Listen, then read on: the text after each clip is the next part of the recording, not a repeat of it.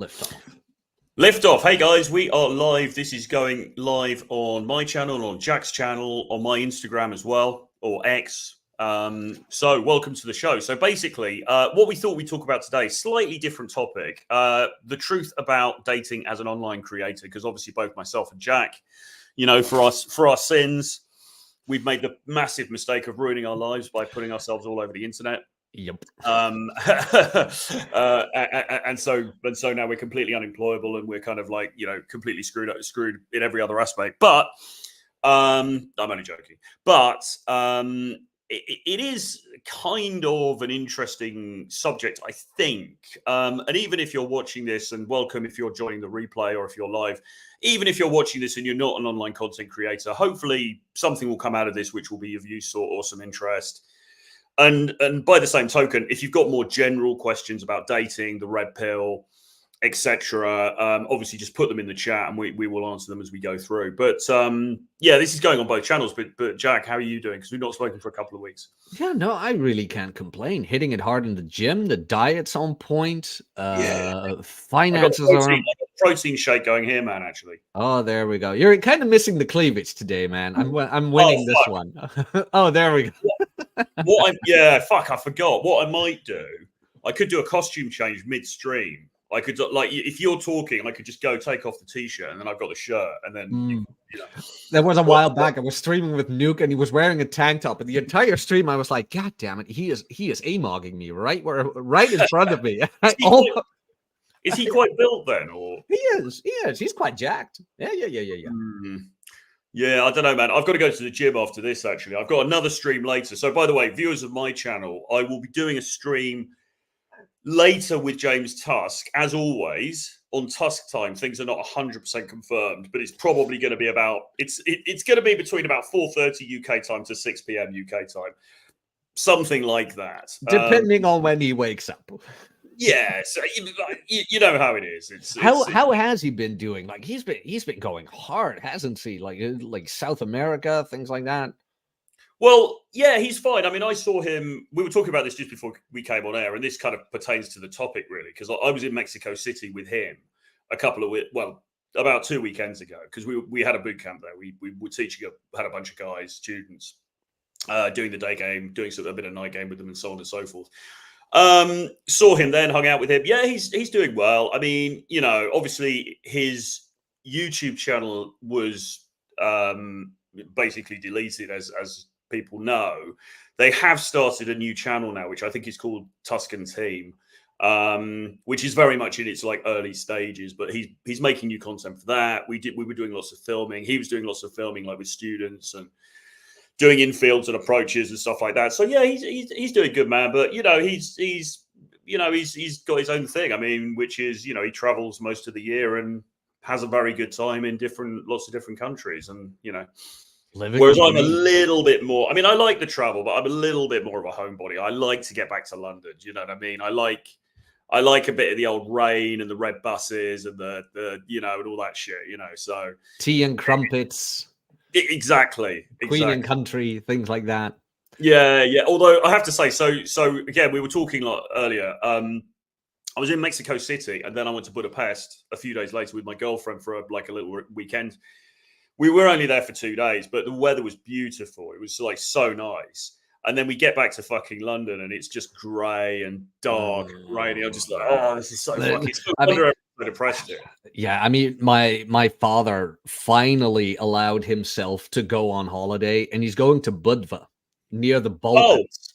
Near the Balkans. Yeah, exactly. He went there, and yesterday he's like, oh, by the way, here's my view from the balcony. I'm like, God damn it. Oh, here's my hotel room. Like, great, amazing beach, sunny weather, heat. It's like, and I just sent him a photo of the office I was sitting in. It's like, have fun, Dad. God damn it. I do want to ask you, though, because, like, you've got, like, spring allergies as well, right? What, like hay fever? Hay fever. Yeah. Yeah, I do. How is that in like countries like Mexico or countries like Mexico and in cities like Budapest, things like that? It kind of varies a bit, really, to be honest. I mean, like it's weird because I sort of there's hay fever, obviously, in spring when you know, in summer when the plants will come out and stuff.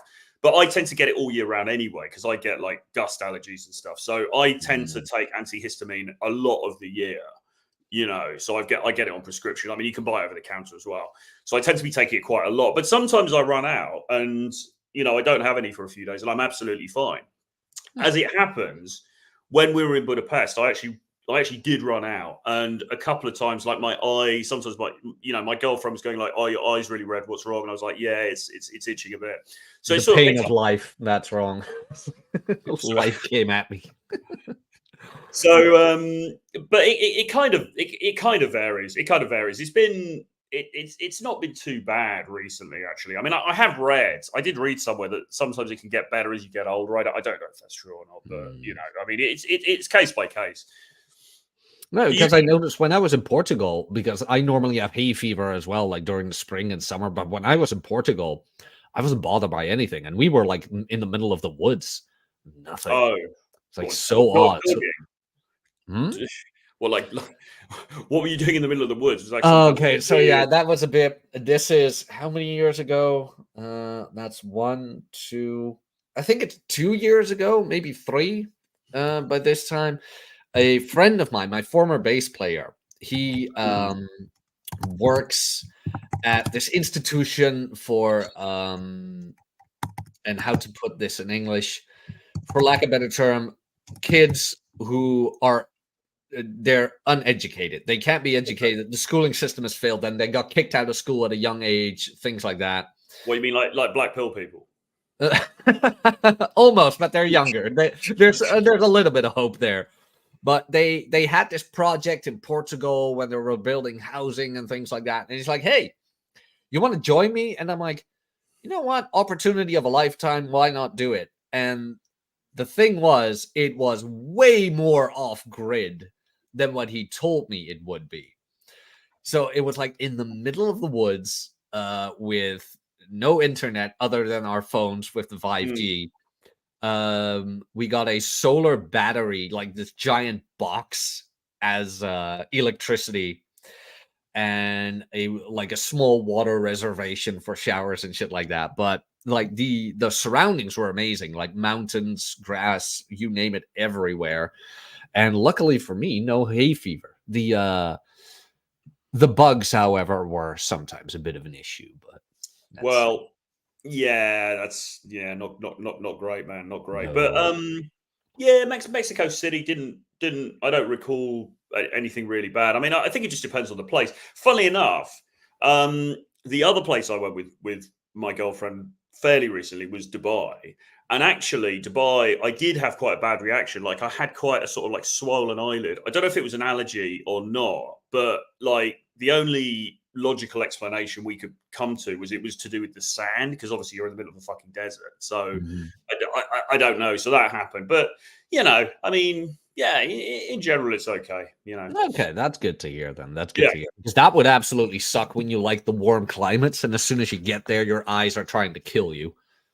Yeah. I mean, generally speaking, you know, antihistamine, stuff like that, you can usually get it over the counter in most places. They used to, this is all completely off topic, by the way, guys, so apologies, unless you're a hay fever sufferer. But apparently in England, and maybe they still do it in some places, they used to have like an injection that would like kind of kill it, at least for a period of time.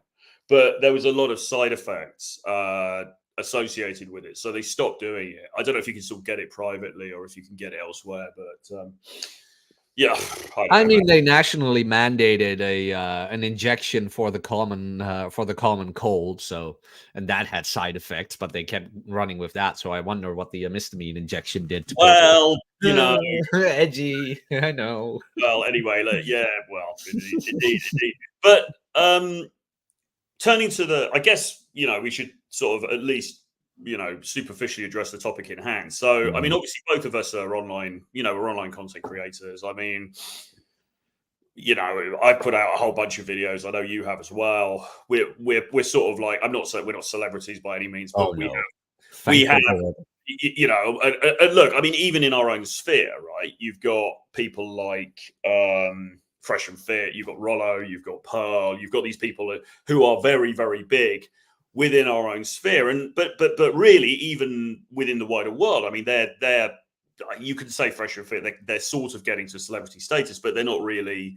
It's still within a specific niche, isn't it? But then with people like us, I mean, we're very much further down the chain than that. Having said that, and I'm not saying this to sort of brag or anything, but I do get recognized sometimes. You know, I'll be walking. Really? Yeah. I mean, you know, sometimes, you know, in London it happens fairly frequently. You know, someone will come up and say, "Oh, hey, man, I've seen your videos," and blah blah blah, and it's happened in other places as well. So, you know, I mean, there's a degree of you know, you put yourself out there, people are going to notice, they get to know you, which is the whole point of it, right? Mm-hmm.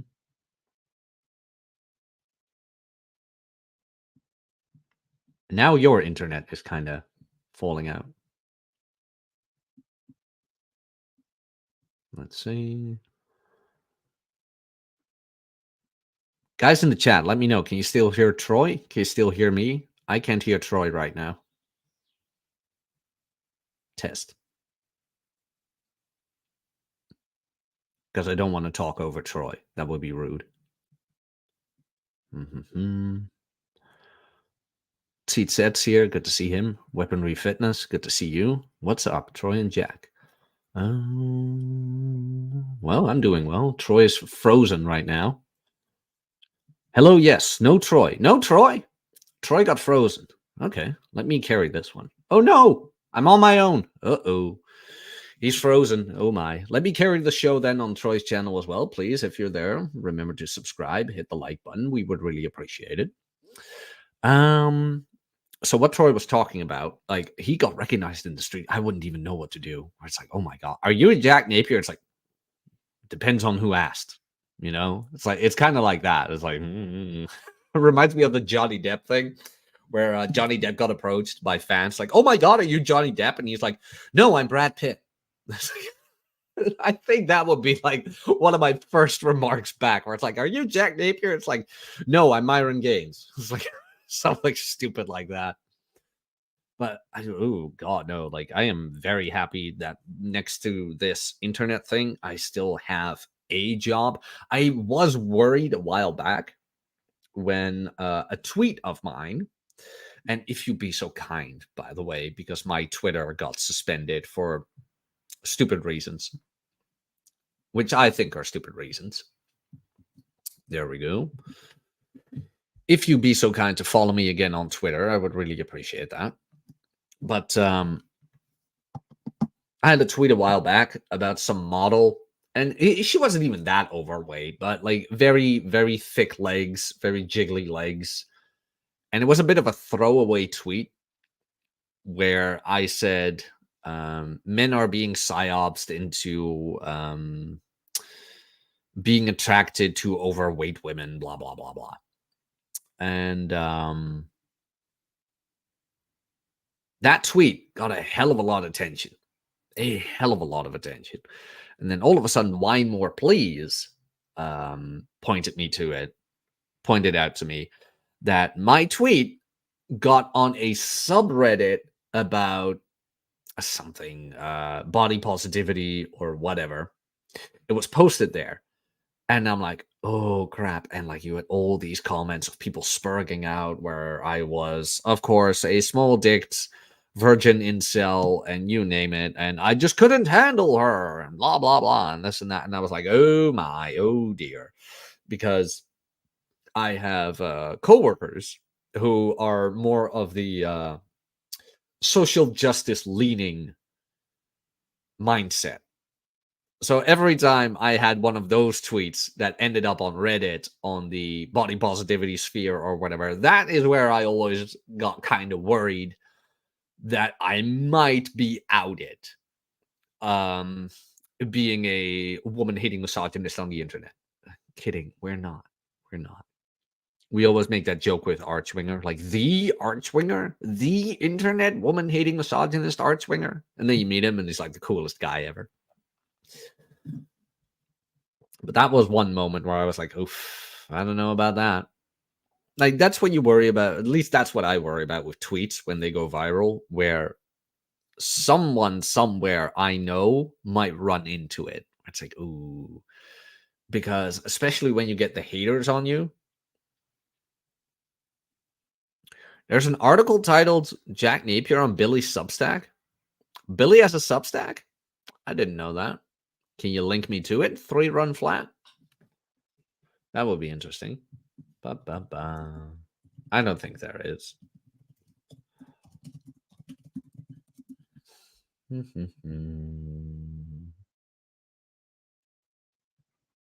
Or are you Billy? That will be interesting. Advanced apathy. Jack, what's your estimate percentage of women that are over 30 years old that men would be willing to date and procreate with? I think it's higher than you expect.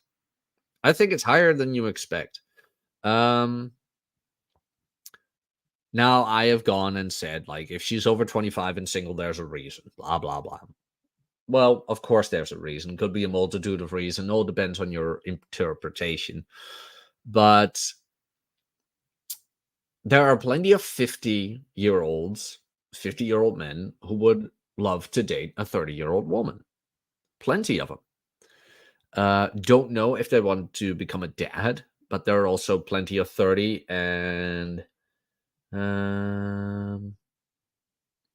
30 and 40. I don't know why I couldn't get to that. 40-year-old men who would date them. Now, in some cases, they run into the reasons why these women are still single, because there could be a lot of reasons other than just, oh, I wanted to make a career. And that reason is often that they're just not pleasant or that they have other issues. And then you kind of realize, like, oh, that's why you're single. Ooh, that's why. It's like, But that isn't an age-related thing. That is more of a behavioral-related thing, which, in all honesty, and I've said this before, the wall is more mental than physical. The wall is mental, not physical. There's plenty of women in their late 20s, early 30s, some even late 30s are very attractive.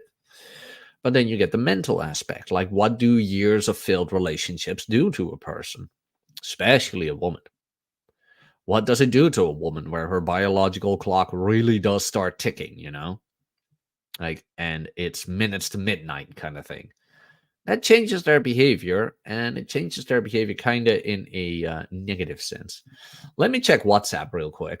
Maybe Troy said something. Okay, will do. Roger. There we go.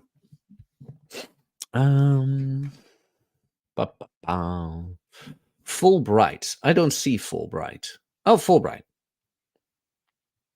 You can start with plumbers while learning pickup. Does Jack agree with this? I don't know. And Troy's back. Hello, Troy. Fuck knows what happened. I mean, Jesus Christ. Nothing to worry about. We managed. We pulled through. The chat and I pulled through.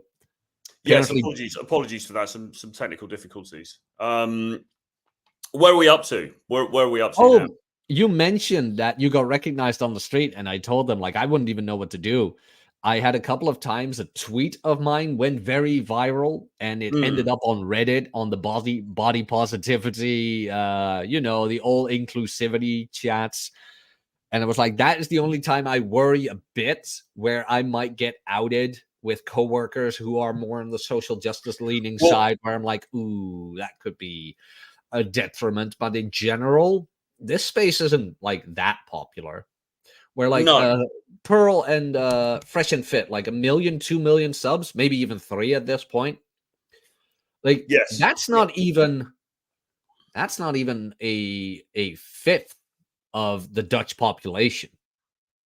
That's not even a fifth of the Dutch, let alone the American population. Well, yeah, that's what I was saying earlier. I mean, they are, within this space, they are kind of celebrities, if you like. They're well known, but in the broader population, it's not like. I mean, actually, it's funny. I mean, my girlfriend will say, "Oh, I was having a conversation with friends, and they've heard of Fresh and Fit, or they've heard of Pearl and stuff like that." So they are kind of known, but it's not like they're household names. They're not Taylor Swift or whatever. So the likes of us, you know, are even lower down the chain. But you know, like I say, I mean, surprisingly, you know, I've been recognised by people. I mean, it happened. Last time it happened the other day, I was walking through Soho with my girlfriend, and some dude came up and he was like, "Oh man, you know, I like your stuff. I've like, you know, I read your," because people remember even when I was doing blogging for Return of Kings, which was Rush's website. Like, oh, I remember the Return of Kings. I mean, people often, I think people like my writing more than my camera. I mean, the reality is, I'm a much better writer than I am somebody to appear on camera. To be honest, so maybe I should stick to that. I don't know. But... No, I mean the thing is, your books don't all of a sudden lose connection. I think that's it. Yeah. But I've had a few things. But I mean, it wasn't the point of this wasn't to like humble brag. Really, it was more. Although actually, that one the thing. At the moment is my girlfriend. She knows what I do. She knows the whole deal. So it's not really a problem because she's just like, okay, whatever, you know.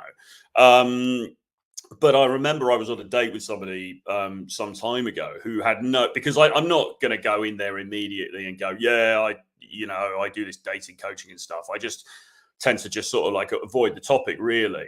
And similarly, I was with some girl and we've been on a date or whatever. And we were walking through Soho and some guy who was a bit drunk comes up to me and says, "Hey man, I love your videos, man. Your videos are fucking really good."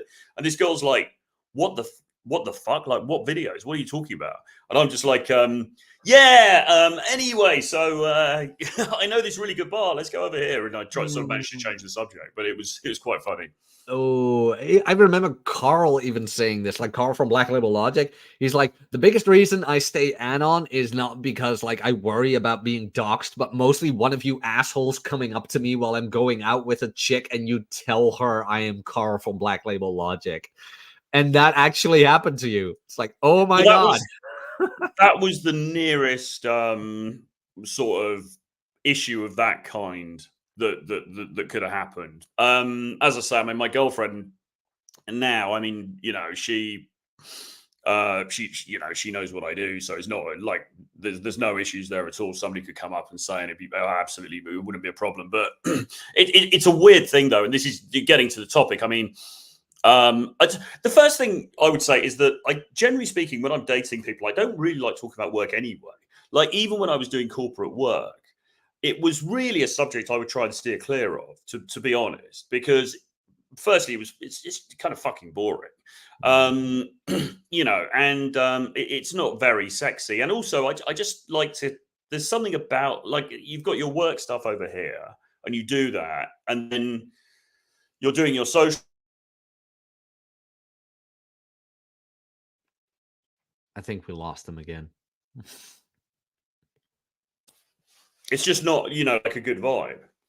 No, you're right. You kind of cut out there for a moment. It's similar with the dating coach stuff. I mean, the dating coach stuff is there's a additional layer of complication because obviously some women are going to think, you know, either they're going to think, oh, he must be really misogynistic, or he must be one of these terrible, you know, red pill type people, and all of that. Or they might not think that, but they might think, okay, he's a massive player, so I can't trust him, and etc. I know what you mean. Hold up, you're freezing up again. Hold. Wait for it. There we go. Yes. Yes, you're back. Fucking hell, I hope this thing stays on. This is fucking ridiculous, man. Anyway, like you're plugged into the internet, right? Like no Wi-Fi. Yeah. Oh God. Even got the new laptop a while back, didn't you? Mate,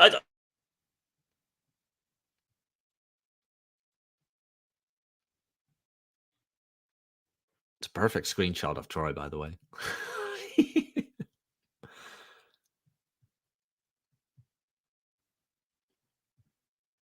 There we go.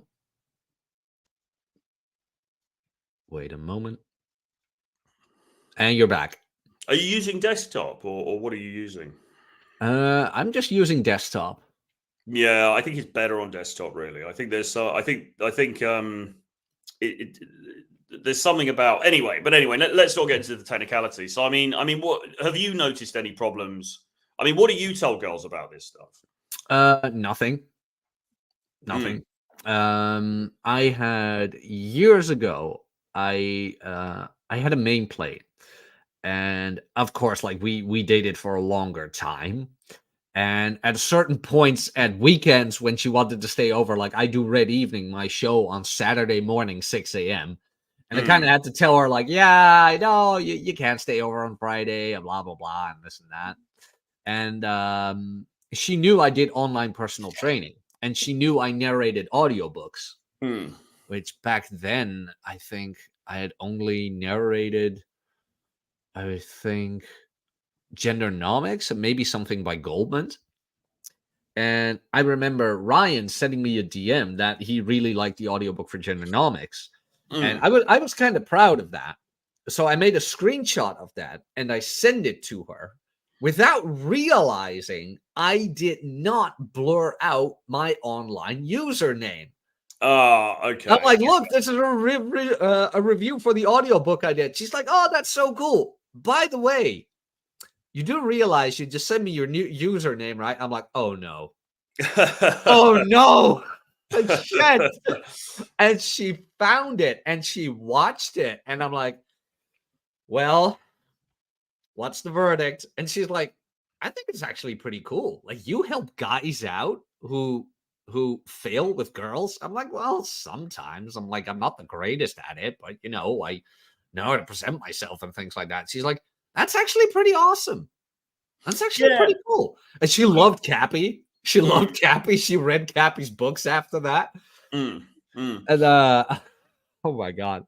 I remind me after the show, because I think I've told you this story before, but like she caught a Rule 0 once, and that was actually pretty funny too.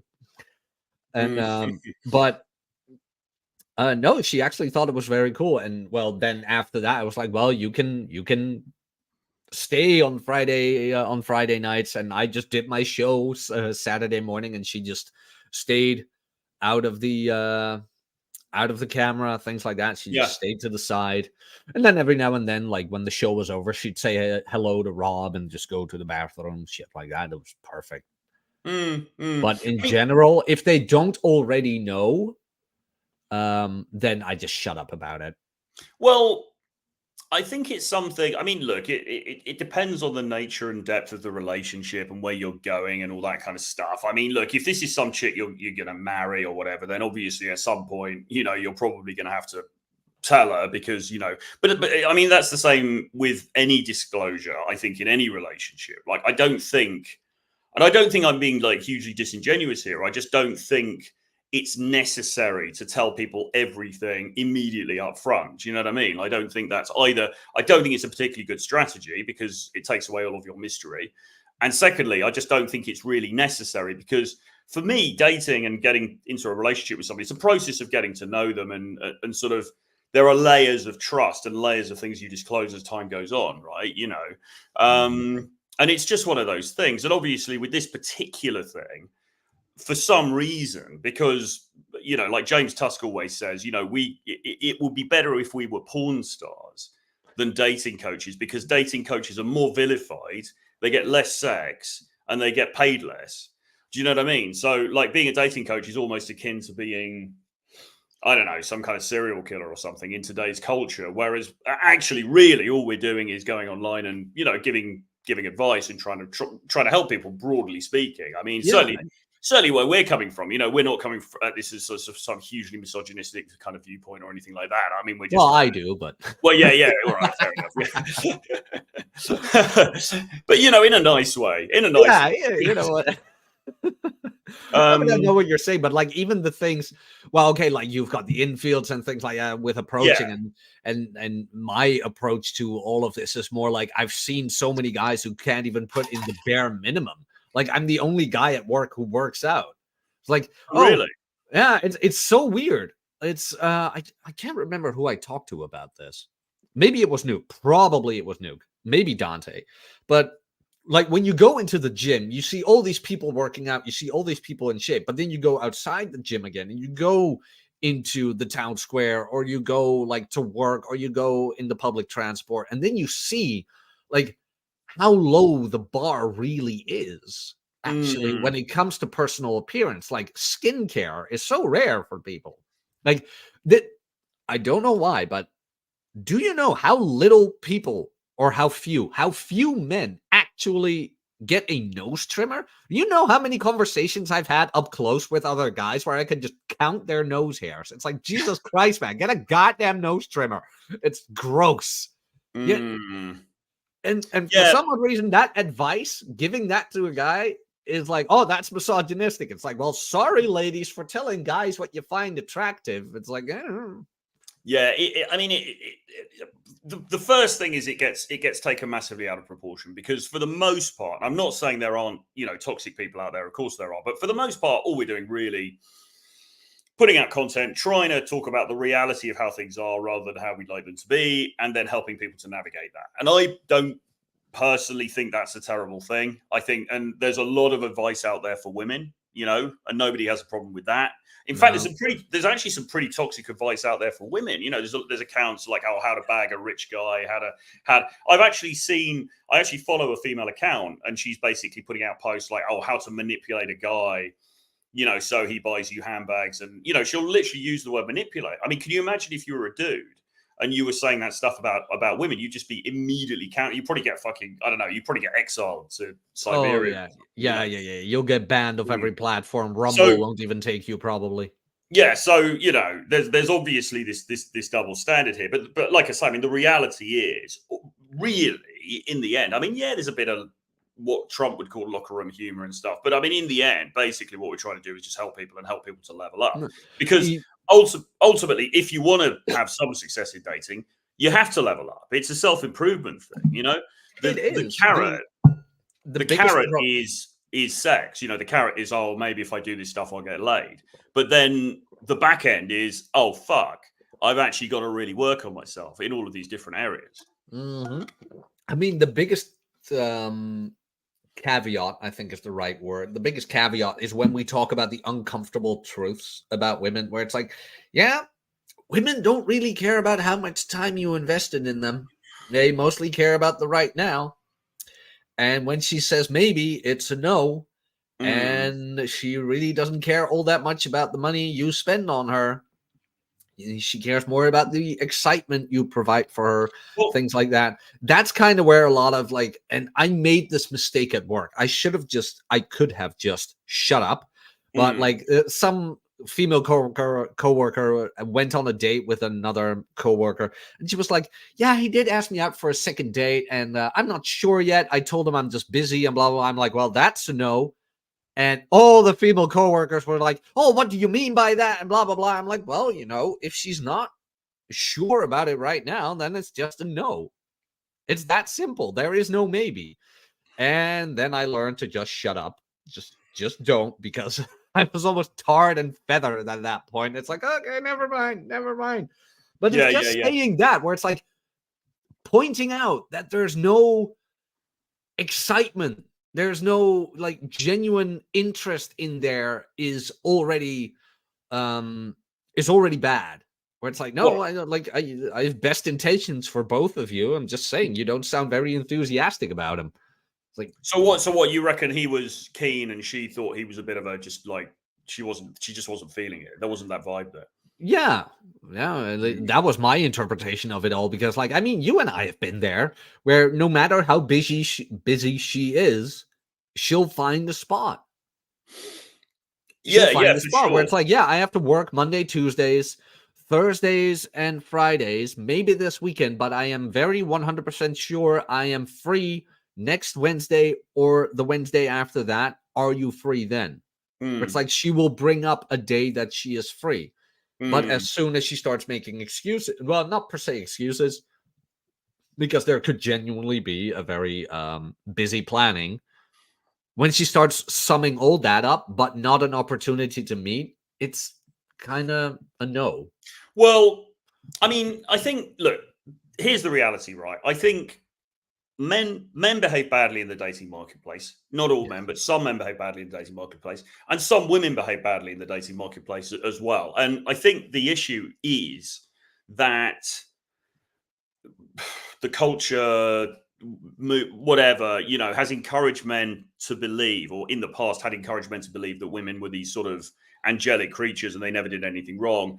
And that's sort of, perpetuated in some ways by some women, because I think it's advantageous to them, to be like, oh no, actually, it's all the men's fault kind of thing. And and I mean, I suppose the content that we are involved with, it's more just redressing the balance a little bit and saying, well, no, I mean, look, women, can be underhand, women can cheat, women can do things that are not nice in dating. You've got to be aware of that, right? You've got to be aware of the reality of the landscape. That's all it is.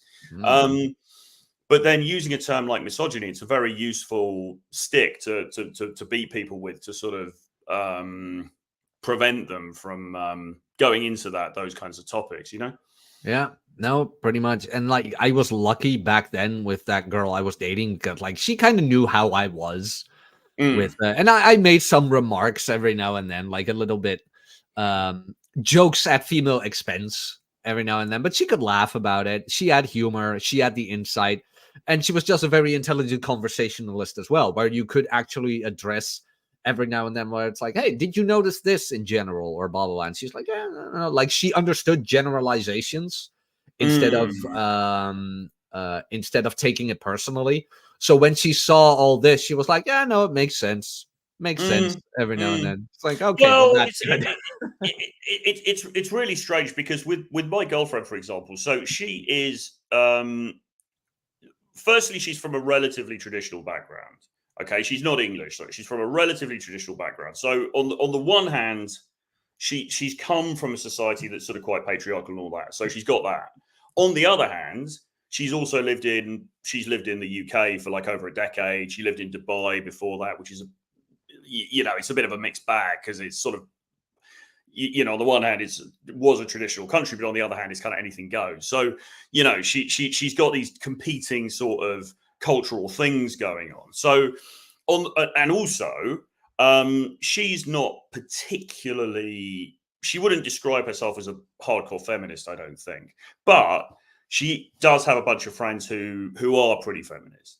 So you've got all these like sort of competing things, because she's got these friends around her who are quite feminist, and who, would disapprove very much of, I don't know, certain online content creators or whatever. And then you got her, and her viewpoint is probably a bit more nuanced, but obviously she's influenced by the culture around her. So, there's a mixture of stuff going on there. But, it's kind of weird, because I remember I was on Fresh and Fit when they were in London recently. They like, it was earlier in the year. They came over, they did the thing with Pearl, and I was lucky enough to be on the show, and we watched the whole thing afterwards, and she was like fluctuating between fuming about it and going, oh, I can't believe these guys, blah blah blah, and also kind of agreeing with some of it as well, and going, yeah, well, they kind of got a point there. So and this is the other thing. I think it depends on the type of woman that you're dealing with, because not all women. I mean, I've certainly met women like Eastern European women, for example. They don't give a fuck. They agree with most of this stuff. Do you know what I mean? And also, they don't really give a fuck if you're a dating coach or you're making money off of it. Like all they care is like, okay, you're out, you're working, you're doing your thing. Fine, that's your business, right? If it's a woman who is from, I don't know, London or New York, and she's a native of one of those countries, it might be different culturally, just as a cultural makeup, right? No, pretty much. But that's the thing, like especially in the West, where women have been told they can be anything and a man will love them. It's like, no, that doesn't work. That really doesn't work. Appearance-wise, behavioral-wise, income-wise, whatever. This is kind of where I'm at this point, where it's like women wanted equality so long, and now they finally have it, and then they expect me to take care of them as still, where it's like, no. And I agree 100% with Cappy on this one, where it's like, no, you wanted to work, you wanted an income, you better get one, because like this relationship is not transactional. You are not in a relationship with me just so you can get a secondhand father. That's not how that works. Like, I am your lover, not your provider, kind of thing. Yeah. There's a couple of maybe you've been through some of these things already. Yeah, not all of them. There were a couple of bits and pieces. Any plans to go back to Poland, Troy, Krakow, Wrocław, Warsaw, or maybe even Lublin? I mean, yeah, probably at some point. I mean, Poland's a great country. Lublin, of all of those, I mean, Warsaw is fantastic, great city. Krakow is nice, a bit more touristy. Wrocław, I've not actually been to. I would quite like to go. I think it'd be an interesting place to visit at some point. I'm told it's pretty beautiful. Lublin, we went to. I went with James a couple of years ago. Quite small, but we really nice. We had a really good time there. Much more traditional than some of these bigger places. You know, you could really see it was more of an old school kind of Polish place. So. Is it harder in the more traditional countries, like for a guy like James to score there?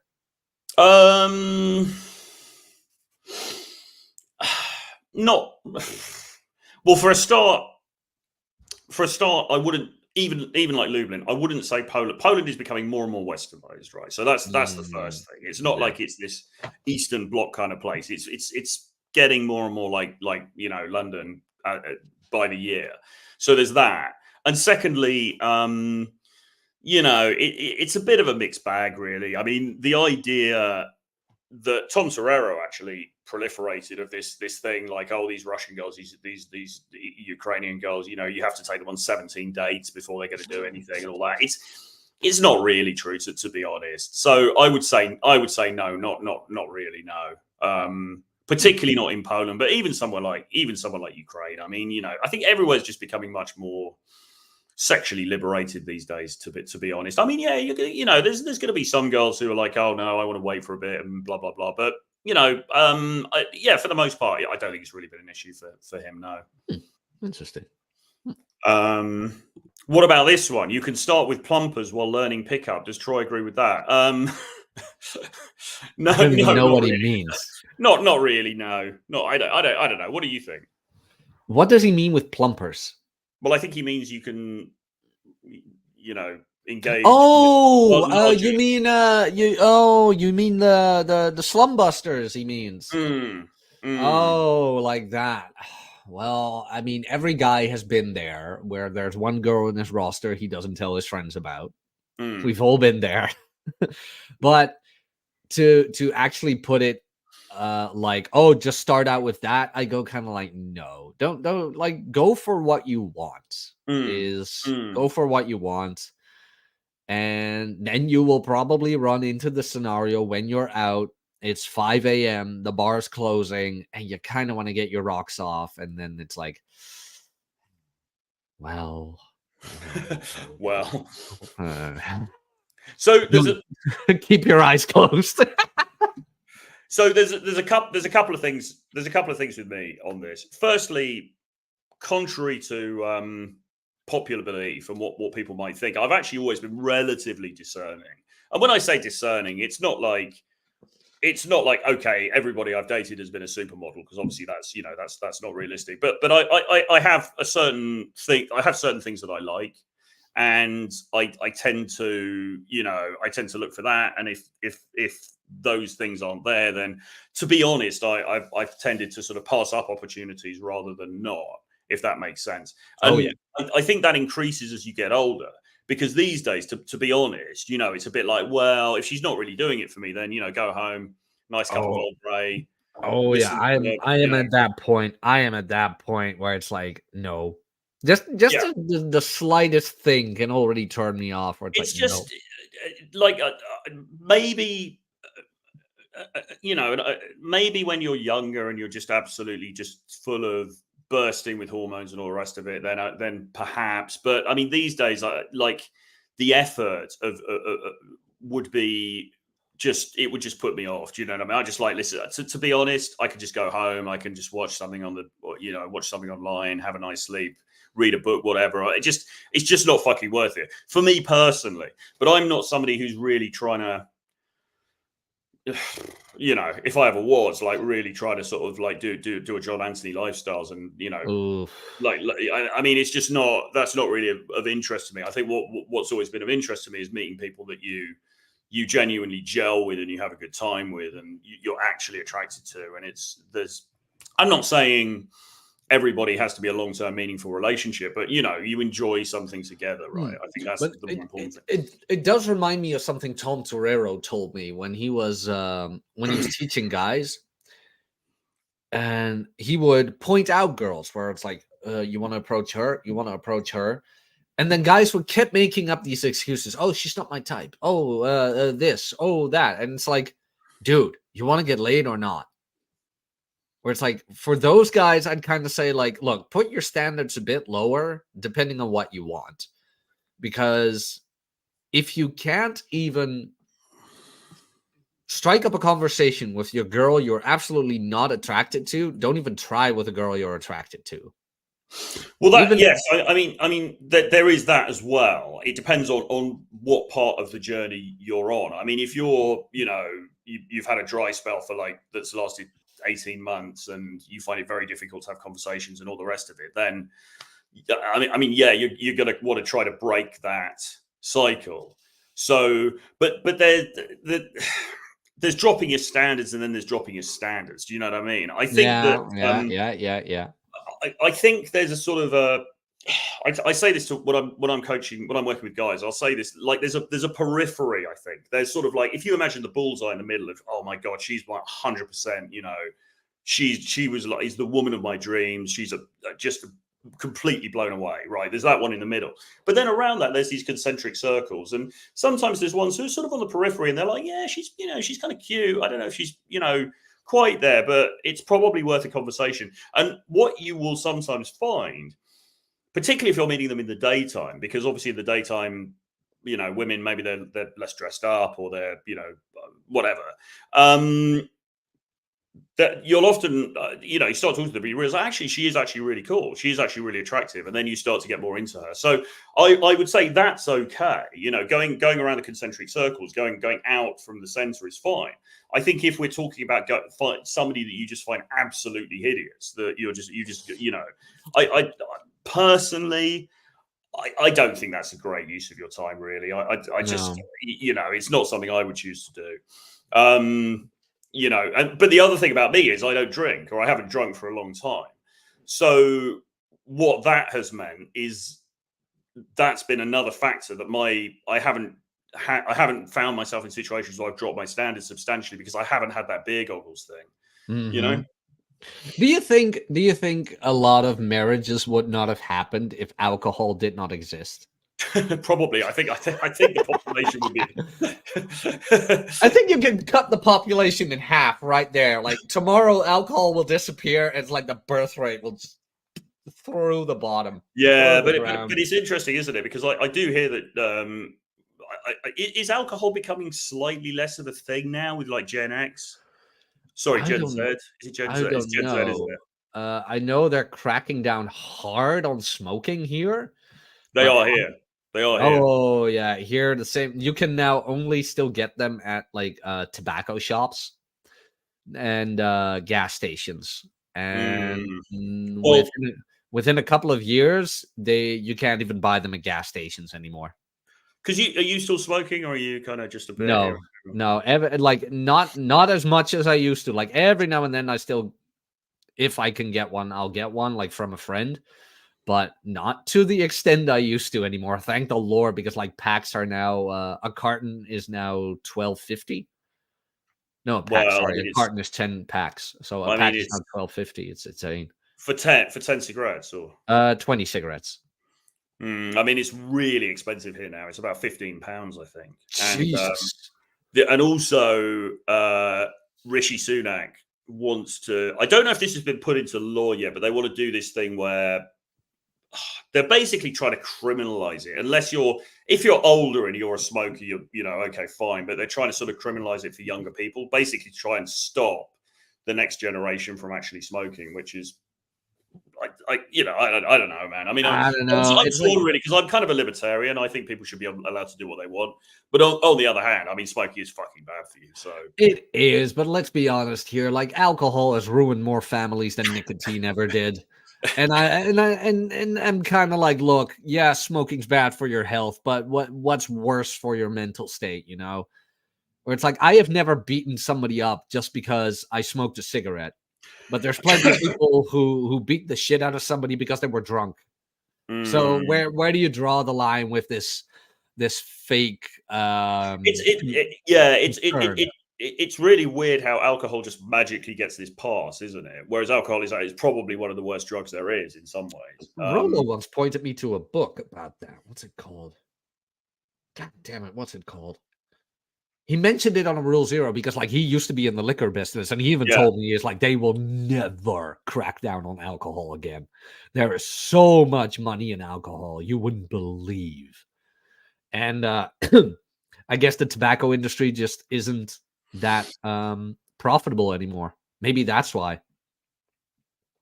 Yes, absolutely. What day is it today? Is it Friday?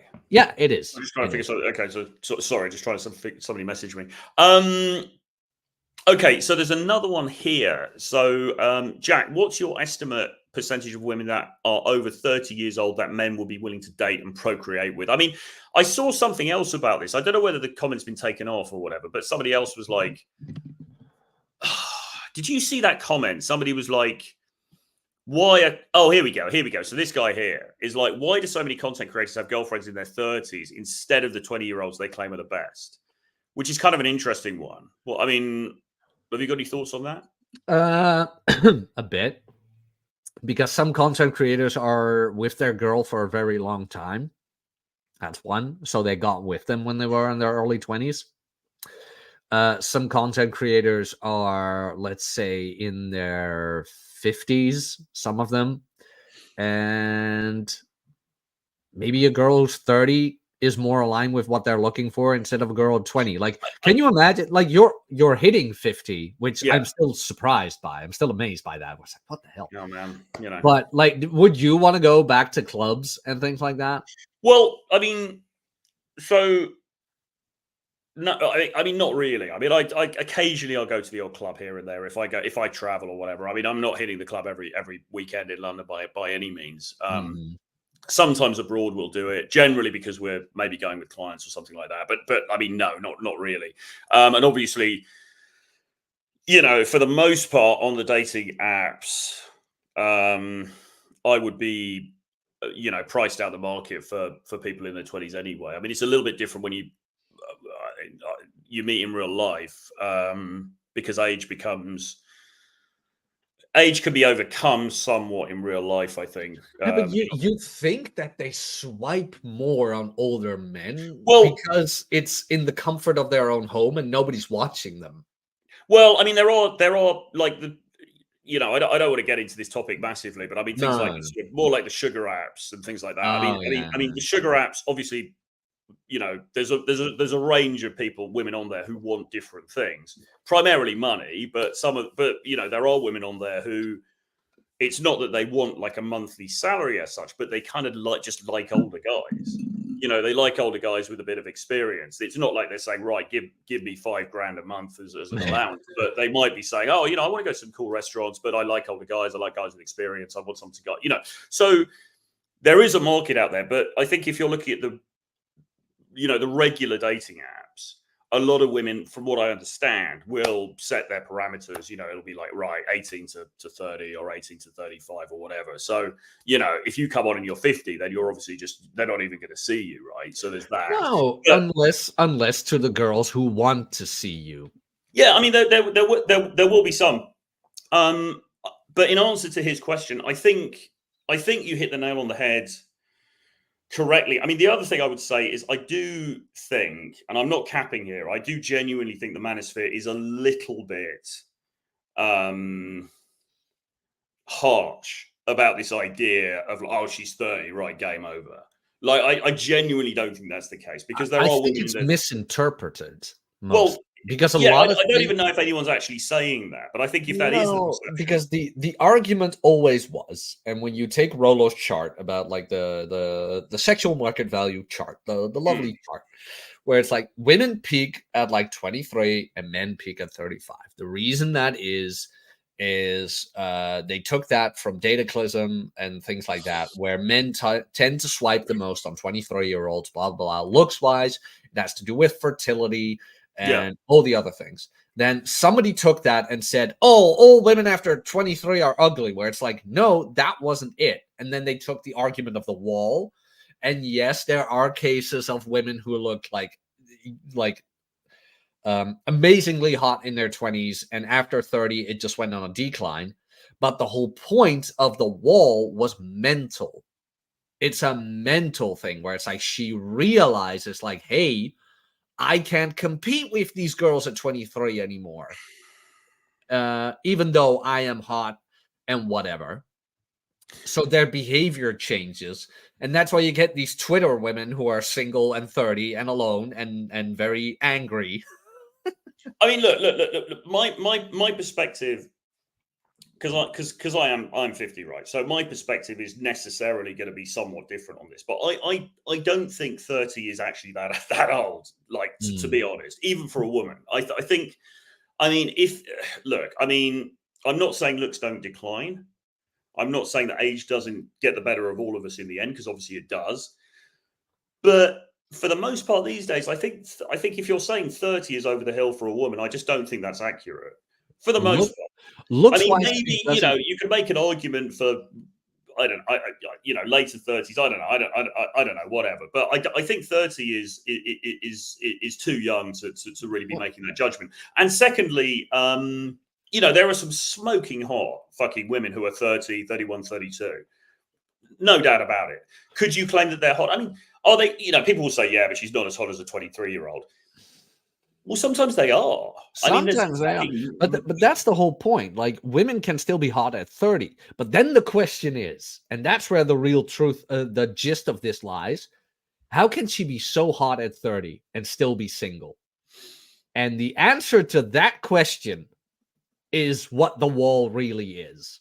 Well, you know what I'm saying? Like, every now and then, I'm not saying it's always the case, but like, if you're that hot at 30 and you're still single, no man wanted to pick you up, why? Is kind of the question that I would have. Well, that's my inner misogynist right there.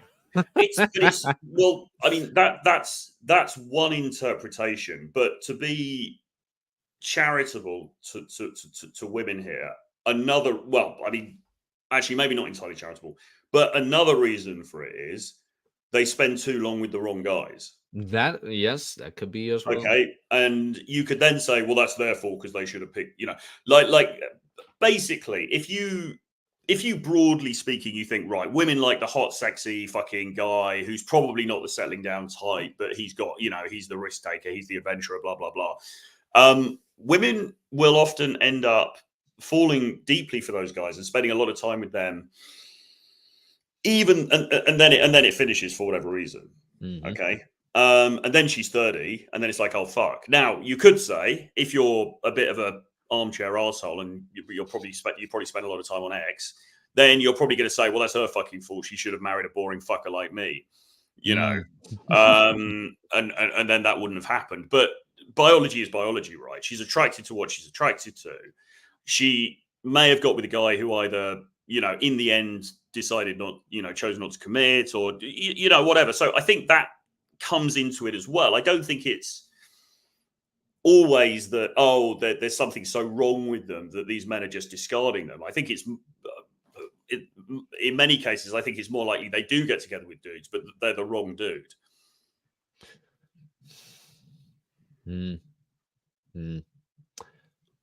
Little bit of both, I think. Like, I don't want to put it all on the guy, but like, women are the most sought after commodity in the world. Let's be honest here. What is the one thing men want? Exactly. And then sorry, I'm just getting something. No, that's okay. So what's he getting? I'm getting some of my box of tricks. So yeah, I mean, it will be hard to know definitively unless we had a sort of a psych. Yeah, but it's more like guidelines anyway, where it's like, tread lightly, like just tread lightly. I think look, if a woman is again, if a woman's like 45 or something like that, it's like, okay, fine. She's probably the first flush of her youthful beauty has probably faded and whatever. Okay, fine, whatever. I think personally, if you're saying a woman in her 30s is too old, I think that's just a little bit, kind of just not really realistic. And look, I actually, I actually saw. I went to. I was at a meeting thing the other day, right, and I saw a woman who was relatively, not decent looking, like not bad looking. I was sitting somewhere, further back, so I couldn't really see. I didn't get, very close up view, but she looked like a decent looking woman. She says she's 55. I'm like, fuck, man, I can't fucking believe it. She's 55. Fuck. Now, I'm not saying, and obviously I love my girlfriend very much, so obviously I wouldn't anyway. Caveat, Miss S. But, I'm not saying I would have gone for her, but I'm just saying, I think the other thing to take into account here is that actually people are looking better for longer as well. I think with science and stuff, although that doesn't, of course, affect the biological window.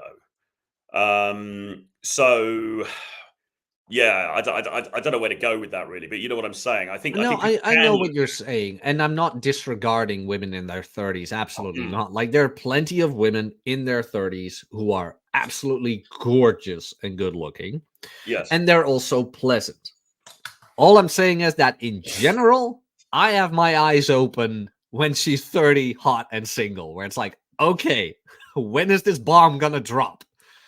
It's like, we'll see. But what if the bomb never drops and you're pleasantly surprised and she is absolutely a pleasure to be with?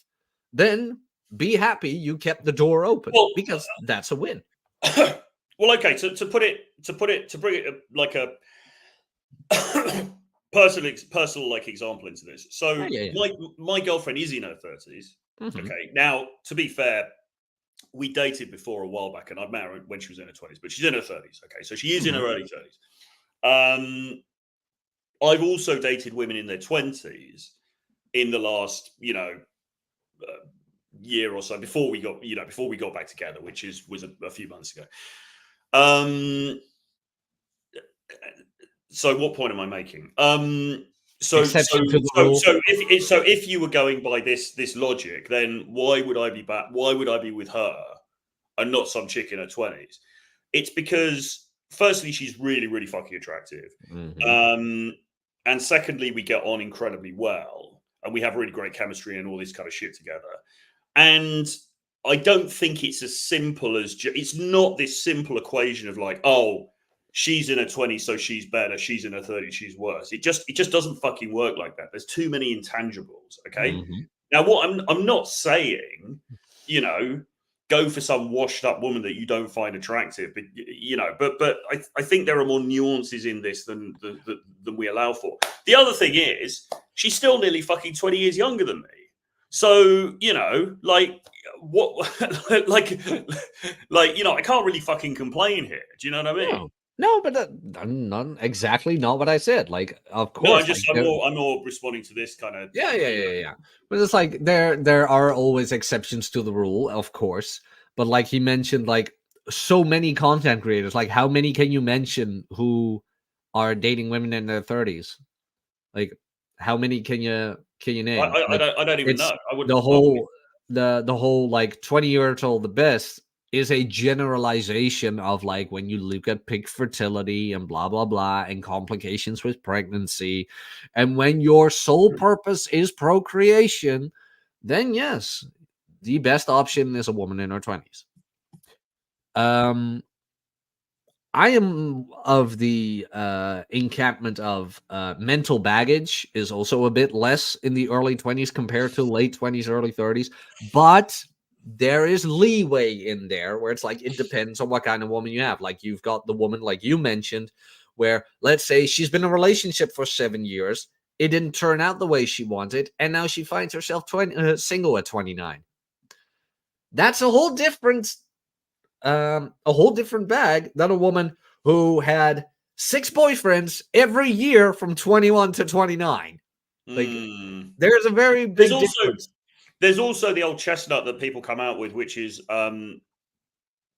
which I never used to really agree with, but I could sort of experience kind of maybe shift my opinion, which is if there's a big age difference, how much you're going to have in common, what you're going to talk about. There's that. People always say that. Oh, that thing, yeah.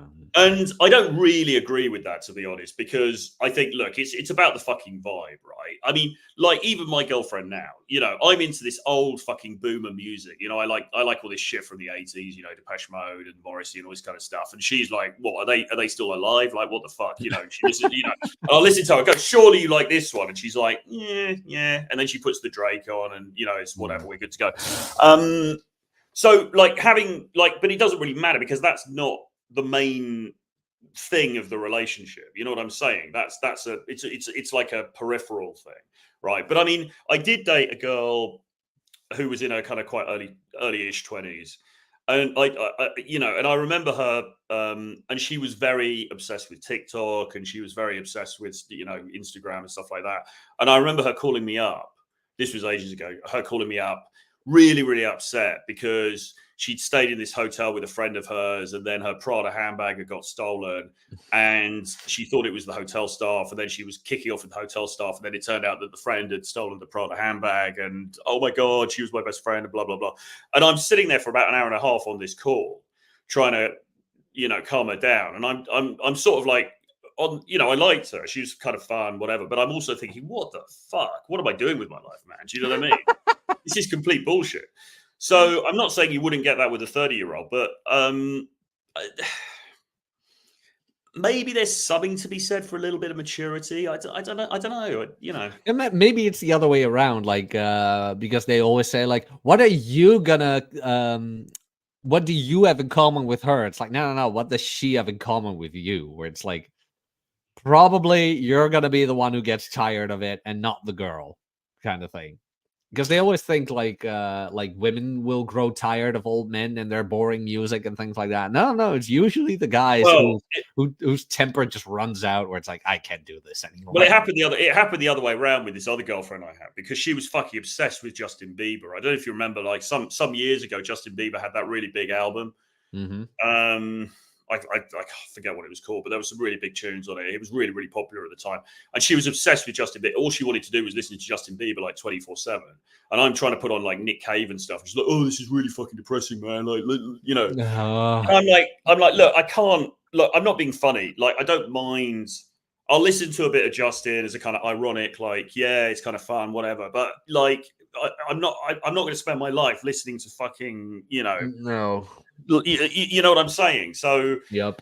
So, yeah, I mean, I think, and you're right, actually, it can sort of be a problem that way, because age people think of as being a detriment, you know, oh, poor bloke, he's getting older now, blah, blah, blah. But actually, what it brings is a wealth of experience and knowledge of different things. And if someone else doesn't have that, then you can try to pull them up to speed. But if they're not coming with you, then it's like, well, you know. No, I know what you mean. So, all right, he says, Anthony Advanced and Apathy says, I'm in my 30s now, and I can't see any reason why I would date women my age. Not saying there aren't any exceptions, but 80 to 90% of the time, it seems not worth it. Well, yeah, fine. But if you're in your 30s, then yes, I mean, dating women in their 20s is absolutely valid. You know, where it becomes, I mean, look, once again, you know, if I'm 50, I'm not saying I can't date women in their 20s, because obviously I can, but it becomes more of a thing because you're looking at a bigger age gap. But if you're like 32 or something and you're dating some bird who's 24, that's fucking normal. That's how it should be. You know? No, pretty much. Oh, I agree. Also, seems like the geezers 50 and above prefer peace and quiet than dealing with modern women. Even though screwing a 33-year-old for them would be a huge upgrade, they're not taking it seriously. It depends what kind of guy. Depends what kind of guy you are.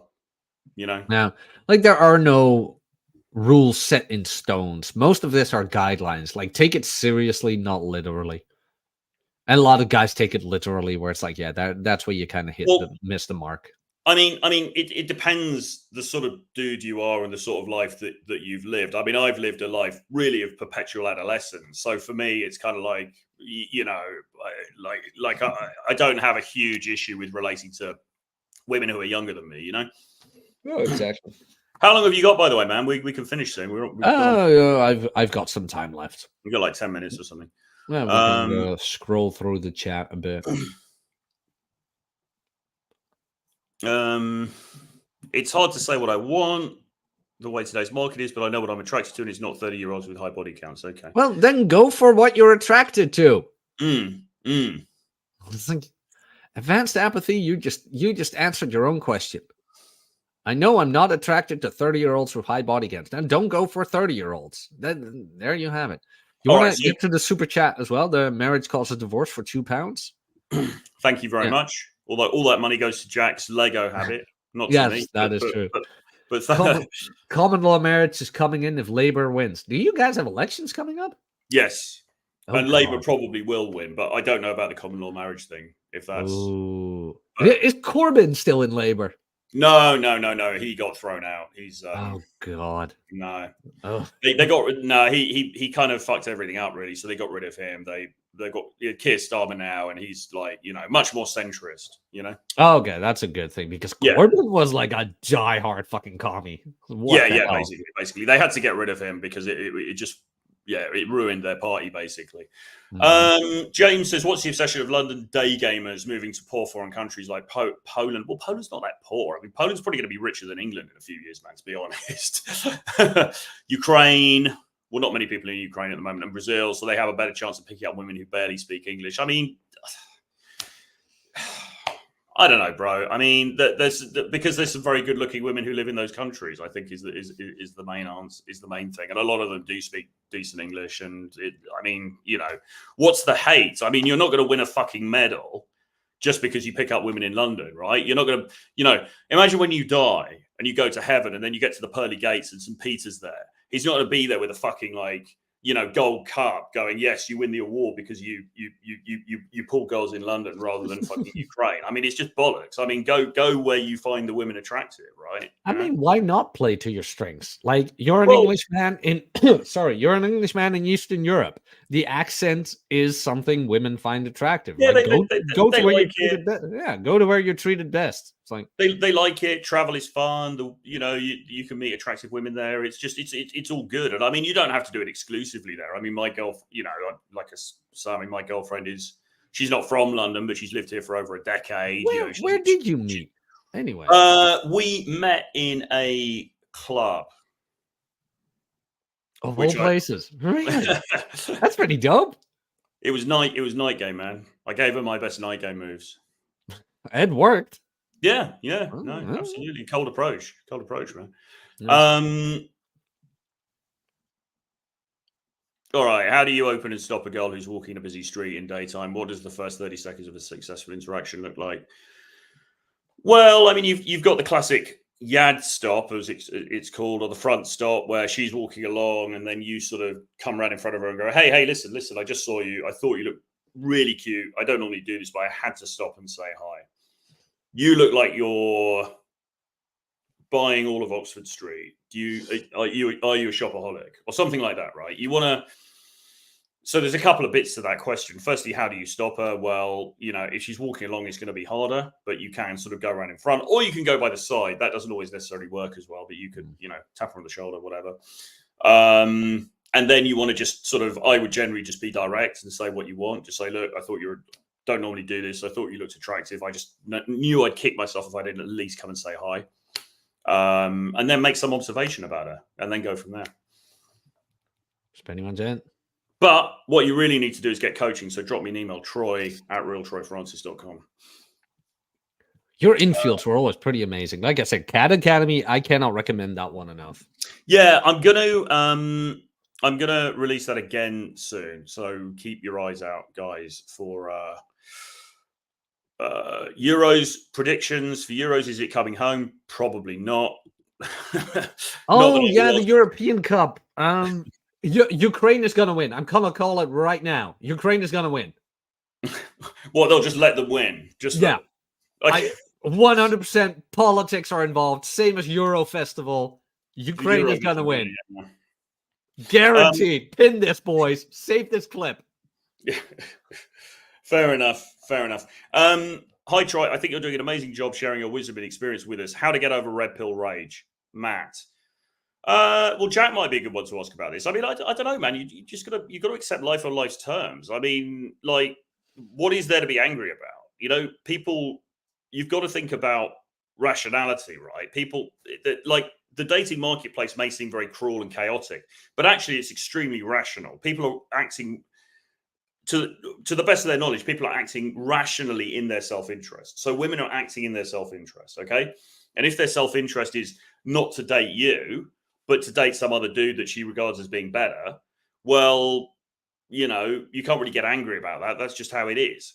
So what you have to do is control what is controllable, you know, level up, maybe improve your game, improve your riz, improve the fitness, all of these different things, and go from there, really. I mean, there's nothing to be angry about. It's like being angry about, you know, a storm, you know, which does happen, but it's irrational. You know, like, oh, there's you fucking storm. Stop being so stormy. I mean, it's nature. It's just how it is. Well, and realize that you're not angry at women, but that you're angry at yourself for letting it happen. That's the biggest one.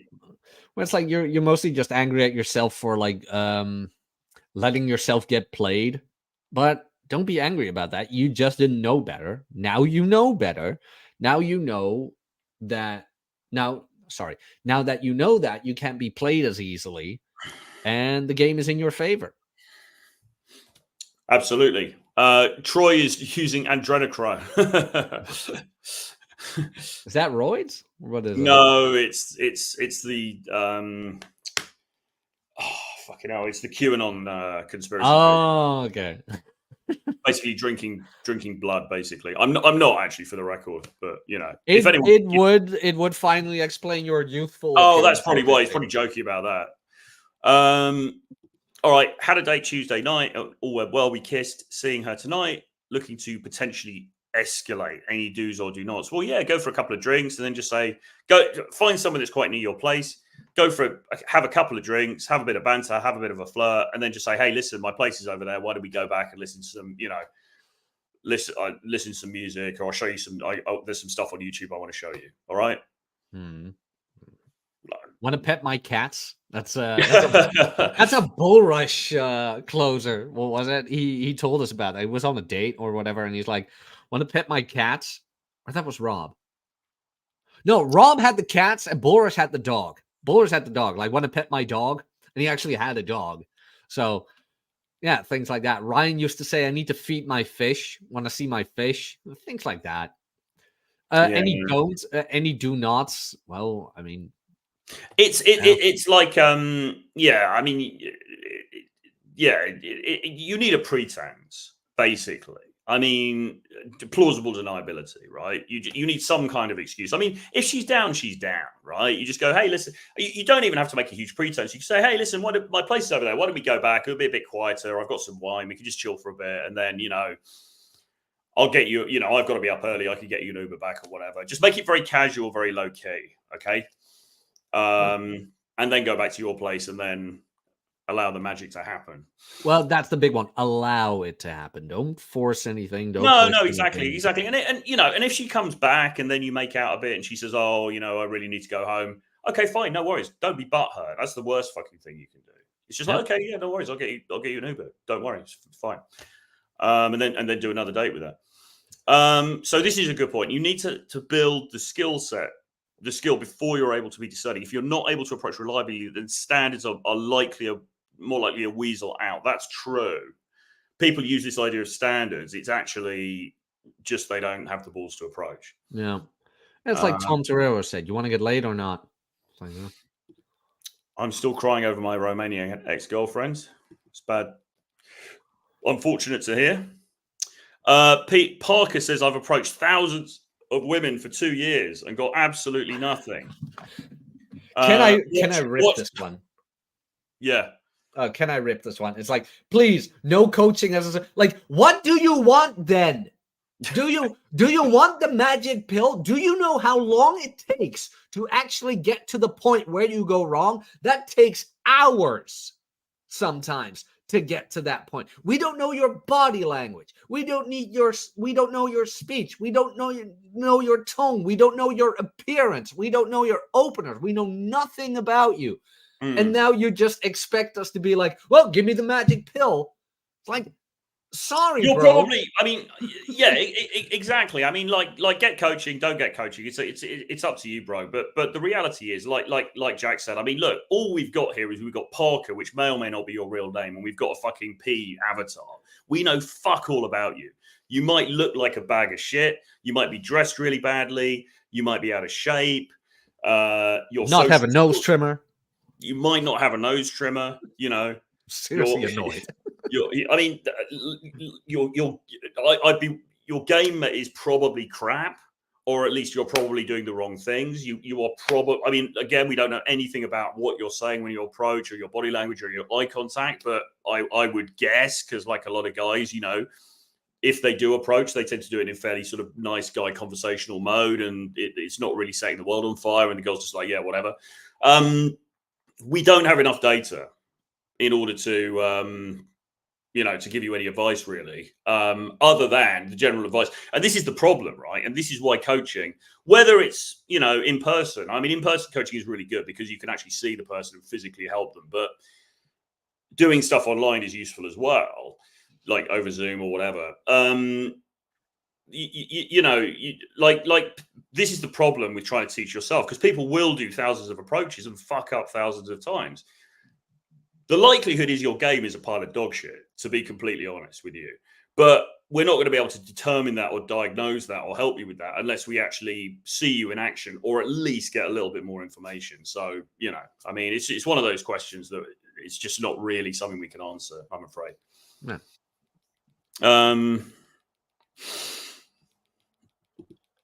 Social lubricant, yeah.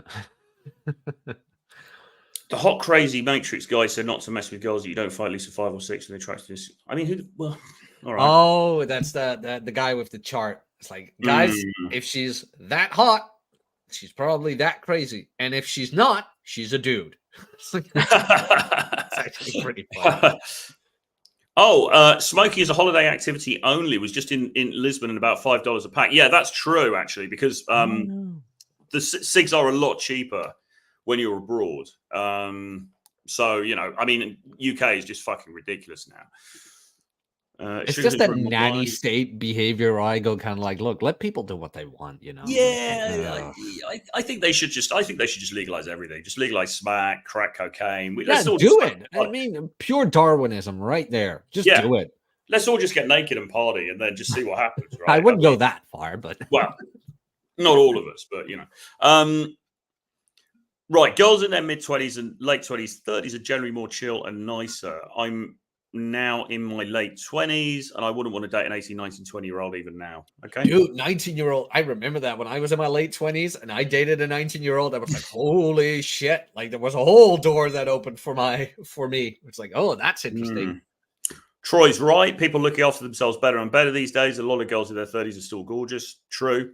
Yeah. I would agree with that. No, they do. But like I said, my only worry is the character at that point, where it's like, okay, why are you single at 30? Just saying. 30, she gets tired of Alpha Chan and tries to lock down Beta Brian for marriage. Well, yeah, but I mean, she's still ideally looking for a bit of both. She's looking for the guy that gives her the tingles and has some potential to provide as well. Okay, the difficulty is finding the two in the one dude is tricky.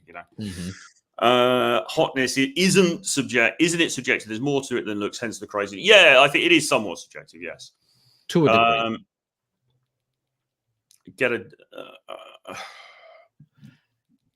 To a degree, it is subjective, but like they've kind of concluded that, right? Like the hip to waist ratio. Well, that's general one.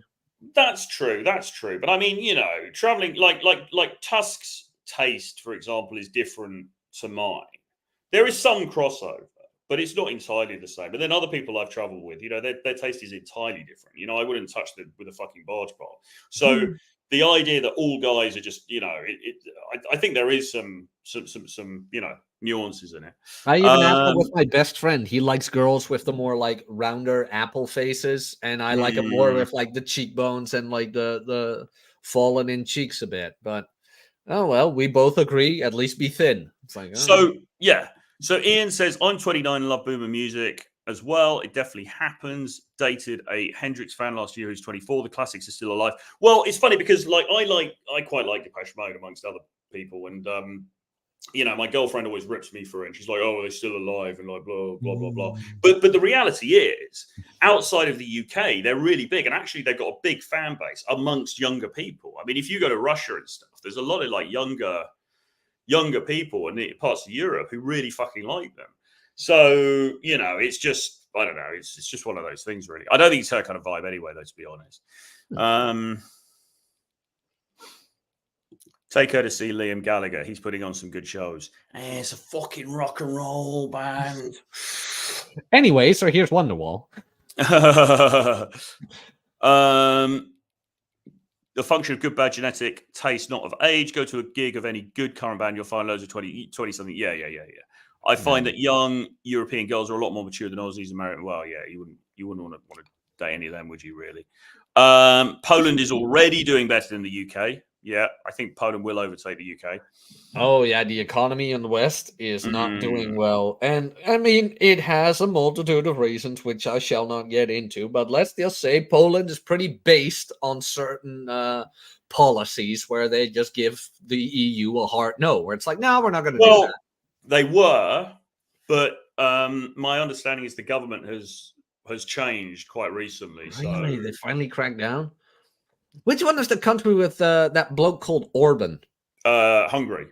Oh yeah, Hungary. Hungary's pretty up there too, where it's like, no, we're not doing this. Which is where I was just a few short days ago. Scotland will win the Euros. There you go, prediction there. Serenity prayer. The core of the message is acceptance. Yes, you have to accept the things that you cannot change. And then Brazilians seem to love classic rock and bossa nova, etc. By the way, can you dance like salsa, bachata, or yeah? No, not at all. Not at all. Can you? I did salsa for a while, and I did ballroom for a while. Any good?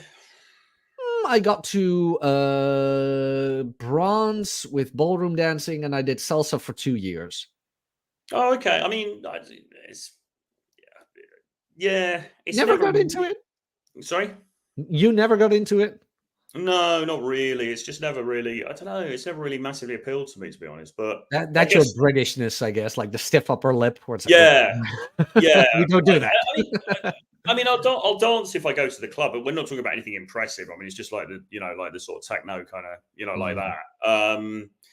I don't know, man. I can see the advantage of it. I can see how it could be kind of cool. But I think a lot of guys will go to salsa classes because they think, oh, this is my last ditch attempt to get laid. I'll go to a salsa class, and then they don't get laid because either the top tier dudes in the class get the action, or the fucking instructor, and they're sitting there with their dick in their hand, going like, "Oh fuck, now I'm learning salsa. I'm not even interested in it anyway, really."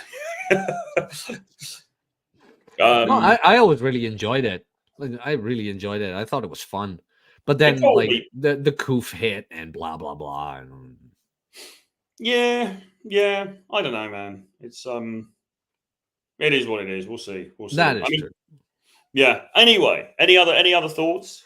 Any other downfalls of being on social media? And no, not particularly. Where it's like, yeah, you just keep your mouth shut. And I mean, if you like date a girl who already knows you're online, it can be very beneficial to you, where there's an understanding between the two of you, where it's like, okay, you're streaming now, you're streaming then, blah blah blah, this and that, and the job, what it takes, things like that. And well, if you are going to date somebody long term, you probably have to drop it somewhere where it's like, by the way, I have this YouTube thing. And it's like, oh dear, oh my. But the weird thing is, if it's successful, if it's like, you could be this cringe guy with only 1 subscriber, but like you've got like 20,000 or something right now, right? And I'm well over 3,500. Then it has some merit to it. Where it's like, I'm not some lonely bloke talking to one guy somewhere. No, it actually has like a body of work. I think, yeah. And obviously, I think the bigger it gets, the more credence it has. I mean, you know, I think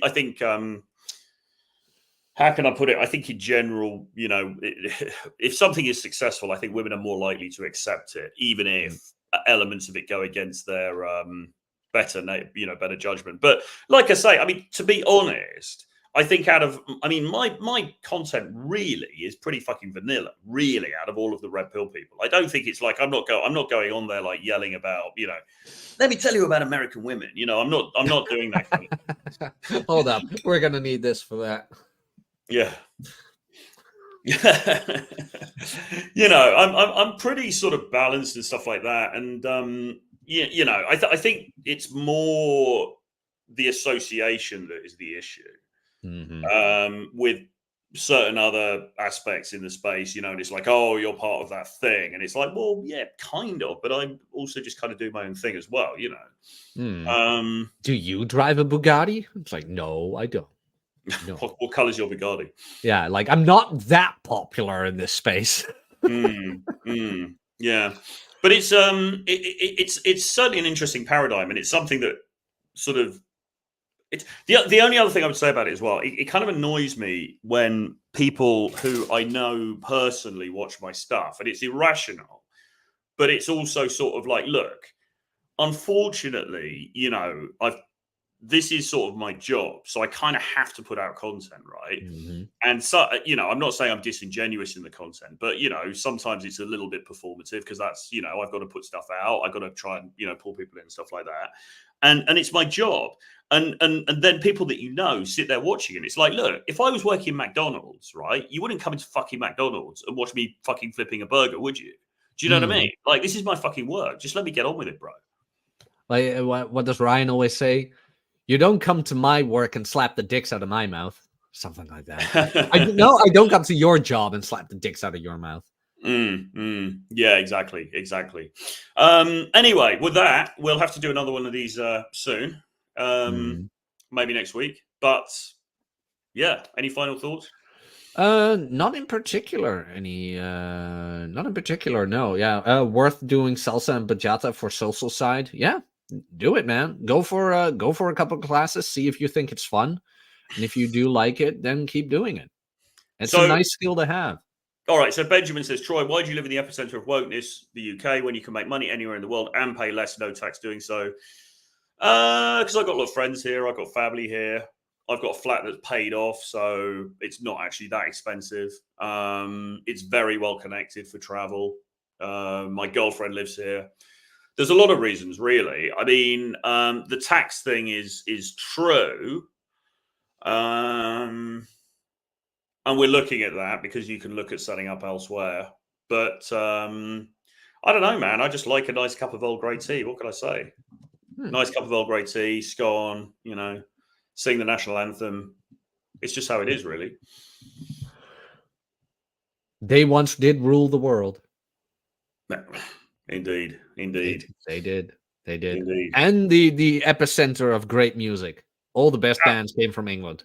Absolutely. And still do, really. I mean, you know. Yeah. But no, that's pretty much it for my end. Yeah, Red Evening tonight. And oh yeah, I wrote a new Substack if people want to go there. Are you on Substack? Not yet. No. I am thinking about doing it. I think you'll love it. I think you'll love it. I think you can. Yeah, I probably will. My only issue with it is about how much because I'm writing more content, but it's how much I'm putting out in front of the paywall as opposed to then people having to pay for it and then try to follow them to something else. You know what I mean? So I don't know, but maybe I could do it. Maybe I could do it as a because like Substack isn't all paywall. Like you can have like this giant article, and then somewhere at the end, you can still put in the paywall where you put in like the actionable advice. Okay. So you can still give people a lot of free value there. Okay. Good stuff. All right, guys. Well, look, there's 150 people in here, so we expect 150 likes on both channels minimum. Do subscribe to both channels. Give us a comment. Let us know what you think about this stream. Any of the comments that any of the stuff we've discussed. And yeah, we'll be back very soon. See you guys again later. Bye-bye. See you guys.